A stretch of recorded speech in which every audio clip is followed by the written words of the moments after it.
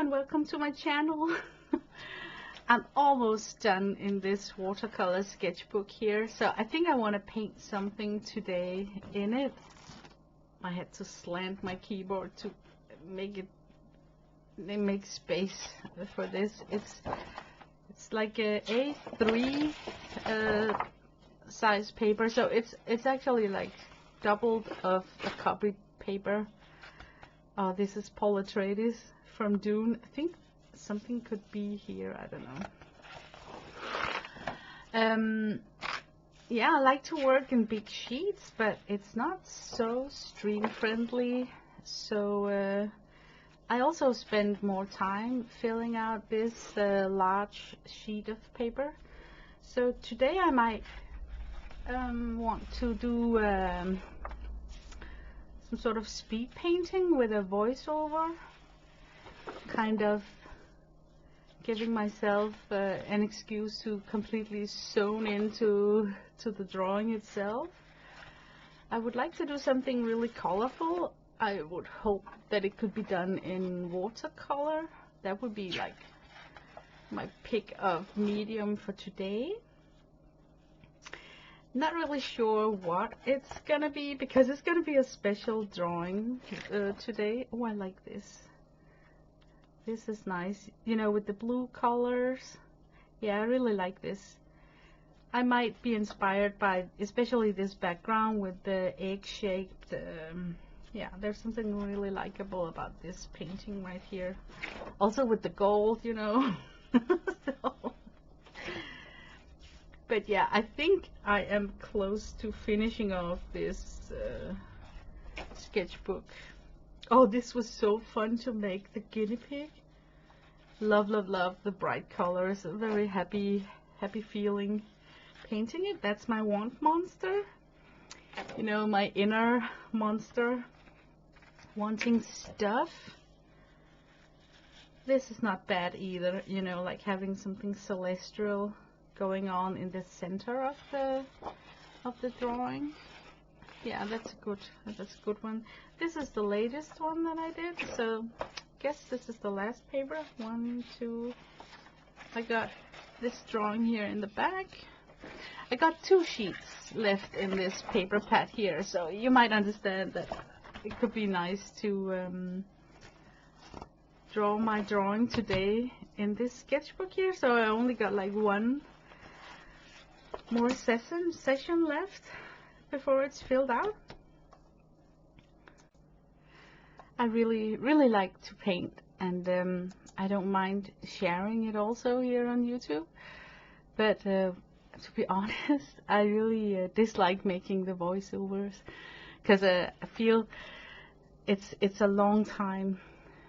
Sometimes it takes me hours to make a drawing, and I can squeeze it down to about 20 minutes, half an hour.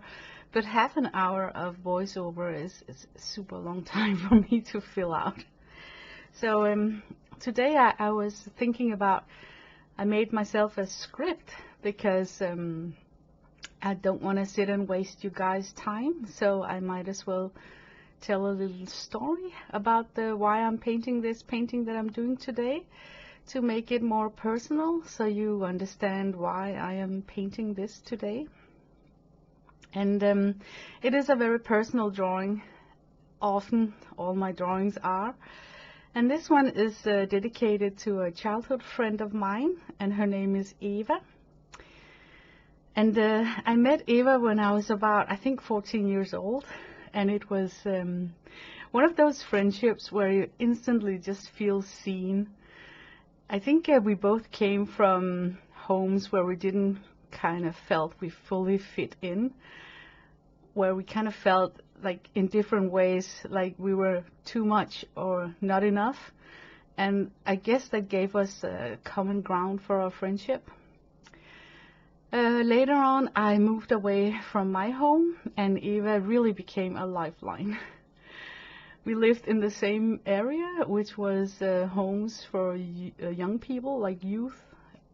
I don't want to say a college, but it was like these social buildings where people who are studying and don't have a lot of money they move into. And she understood things that I didn't need to say out loud. And we were both trying to figure out who we were. And in the middle of all of that, I think our friendship became a safe space because we were sort of each other's witnesses. Some things I'll always remember about Eva actually is our conversations. They weren't just like chats, they were like deep dives.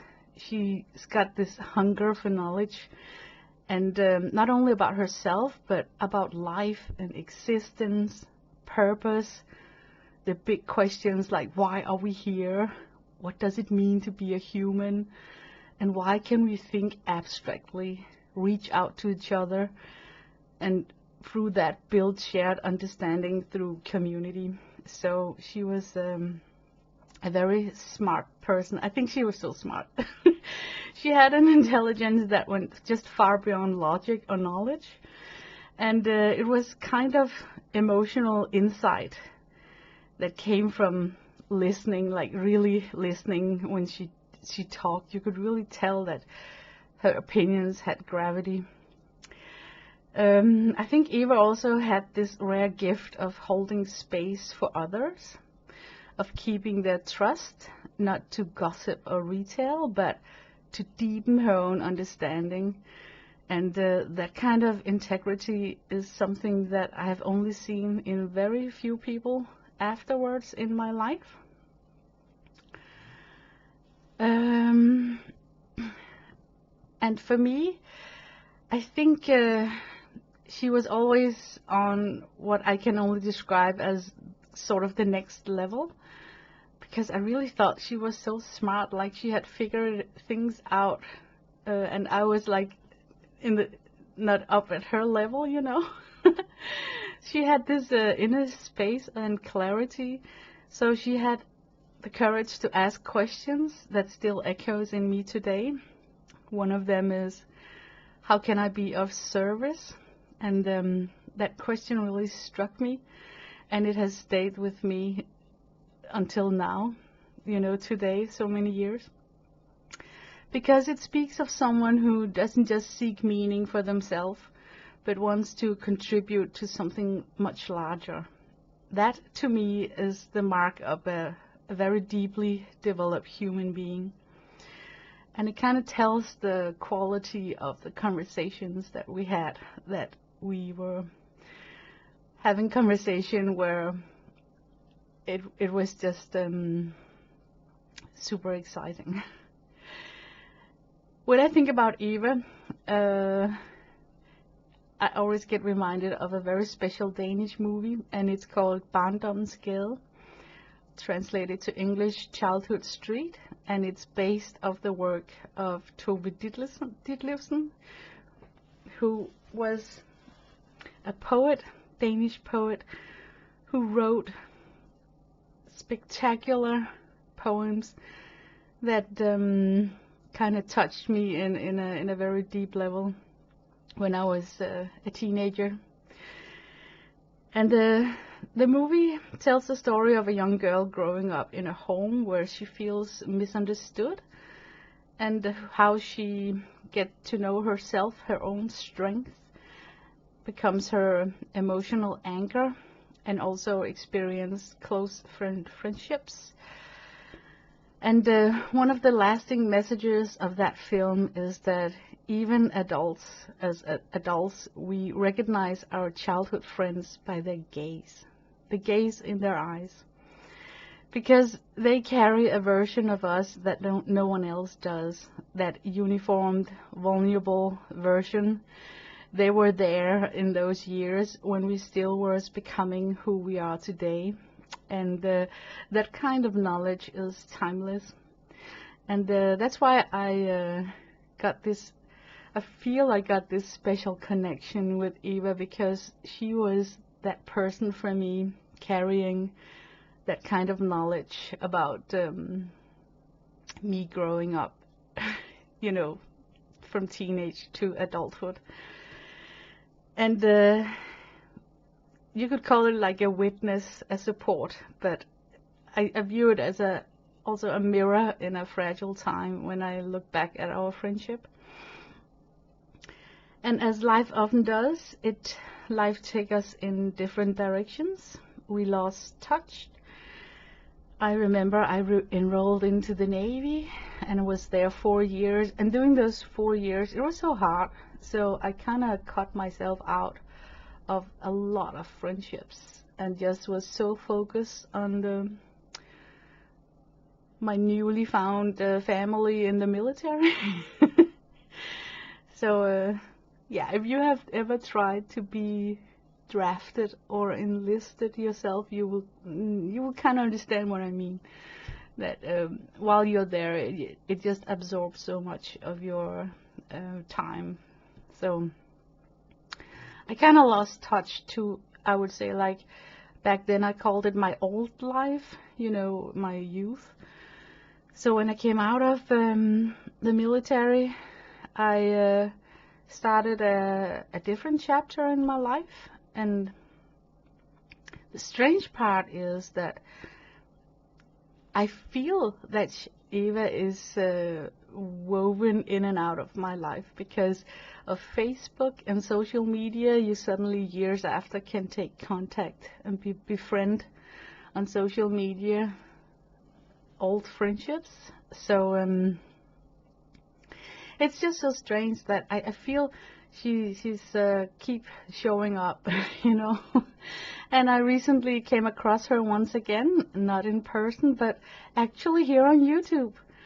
So it was a very cheerful moment for me because, you know, like there she was. I think it's 35 years ago that we started hanging out together, and now 35 years has passed and I see her. She's sitting there hosting her own new channel. She's doing weekly astrology videos. And I have to admit, you know, just seeing her face again, it just hit me deeper than I expected. It moved something inside of me, and maybe that's why I'm sitting here now wanting to draw this drawing, because as an artistic person, I like to translate the emotions that I get out on a piece of paper with color. And it feels very strange about sitting here putting personal words behind this drawing here. But I think sometimes we must be brave and dare to speak out all these nice things that we can say about the people who are in and out of our life, because while they're still alive, they might still be able to hear it. So that's why I'm taking the courage to do this very strange voiceover. Because there is something a little strange about praising someone so much when we are not in touch like we used to be. And I totally understand if you're wondering, well, if she's so remarkable a person, why aren't you still connected? And maybe these words sounds too glowing in that light, but the truth is that all the words I'm saying about her are still true, even though we are not as close as we used to be. And I think that time and distance don't erase the impact that someone has had on our life. And sometimes a person can inspire you long after you kind of stopped talking with them. And maybe that's exactly the essence of barndomens gade, you know, childhood street. It is that people who know us and knew us on our childhood street hold a kind of a map to who we were. They kind of carry a story of us that no one else does. And through that, we can always find our way back, not just to them, but to a sense of belonging that transcends time, if it makes sense.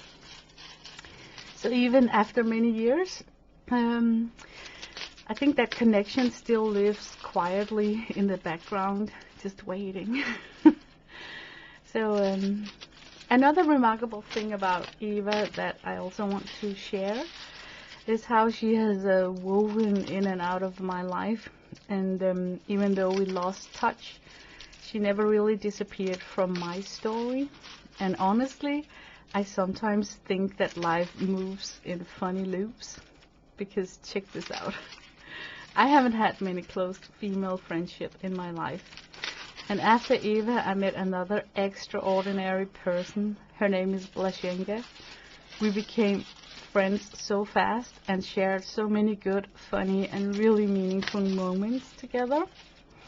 And then years later, I discovered through Facebook that Eva and Blashenka had become friends. Isn't it odd? And it genuinely made me smile.